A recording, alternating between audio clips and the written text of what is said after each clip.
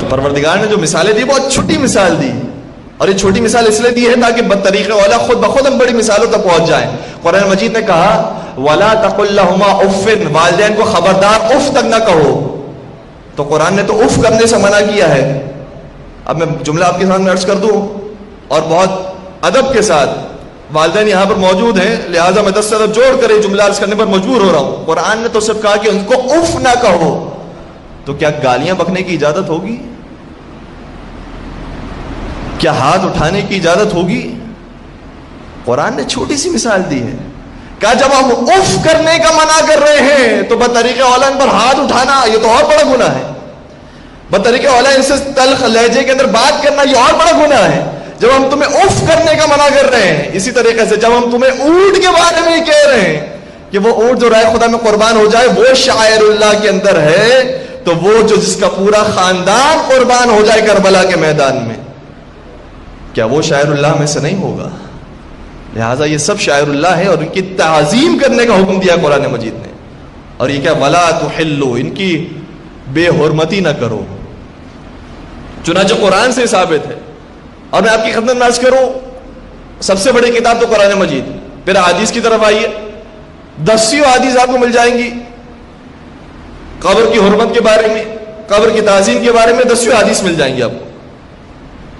لیکن میں اس حدیث کی طرف آپ کو لے جانا چاہتا ہوں کہ جس حدیث کا حوالہ ان نجدیوں نے دیا جب ان کی حکومت قائم ہوئی۔ آپ کے سامنے جملہ عرض کروں، 90 برس گزر گئے ہیں اس واقعے کو، 90 برس گزر گئے ہیں۔ آپ کو معلوم ہے کہ مولا کائنات کی قبر مبارک 100 برس تک پوشیدہ تھی ان ظالموں کی وجہ سے۔ اگر قبر کا نشان بتا دیا جاتا تو ظالم شاید قبر میں آ کر تخریب کاری کرتے، لہذا قبر کے نشان کو نہیں بتایا گیا، تو نا امید انسان نہ ہو، مایوس نہ ہو، وقت آئے گا انشاءاللہ۔ اور ہر ظالم کا تختہ پلٹا ہے، ان قریب اس کا دور آنے والا ہے۔ 90 سال پہلے جب ان کو حکومت حاصل ہوئی، اور حکومت کیسے حاصل ہوئی؟ دونوں طرف سے فائدے تھے۔ یہاں انگریز چاہتے تھے کہ مسلمانوں پر حکومت کریں، اور مسلمانوں پر حکومت اب اسلحے کے زور پر نہیں ہو سکتی تھی، چنانچہ مذہب کا سہارا لیا۔ انگریزوں کو فائدہ تھا۔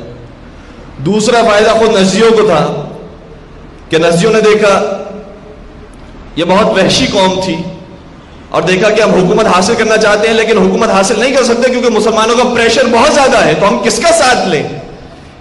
وہ جو ہر ایک کو کافر کہہ رہے تھے، خود جب ساتھ لینے پر آئے تو کافروں کا ساتھ لیا۔ 2 خاندان اس وقت موجود تھے، اور دونوں خاندان کی مدد انگریزوں نے حاصل کی۔ شریف حسین کا خاندان، البتہ یہ بھی نام کا شریف تھا، جس طریقے سے ہمارے سروں پر بھی ایک شریف موجود ہے، اسی طریقے سے اس کو بھی یہ ذمہ داری سونپی گئی مسلمانوں کا قتل کیا جائے،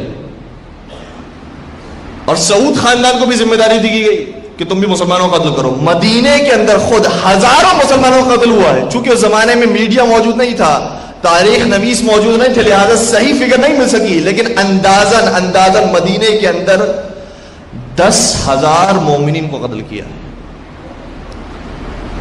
اور 150 سال پہلے، یعنی آج سے 250 سال پہلے یہ کربلا نجف پر بھی حملہ کر چکے تھے، اور وہاں کربلا نجف میں بھی 15,000 مومن کو شہید کر چکے تھے۔ وہ مومنین جس کے اندر سادات کرام شامل ہیں، جس کے اندر علماء کرام شامل ہیں، صلحاء و فضلاء شامل ہیں، ان 15,000 افراد کو یہ ویسے ہی شہید کر چکے تھے۔ لیکن اس وقت خلافت عثمانیہ تھی، ان کے مقابلے کے لیے لشکر بھیجا گیا، ان کو تہس نہس کر دیا گیا، ان کی جو باقیات تھی وہ دوبارہ جنم لیتی ہے 100 سال کے بعد، 150 سال کے بعد، اور یہ دوبارہ انگریزوں کی سپورٹ سے آگے بڑھتی ہے۔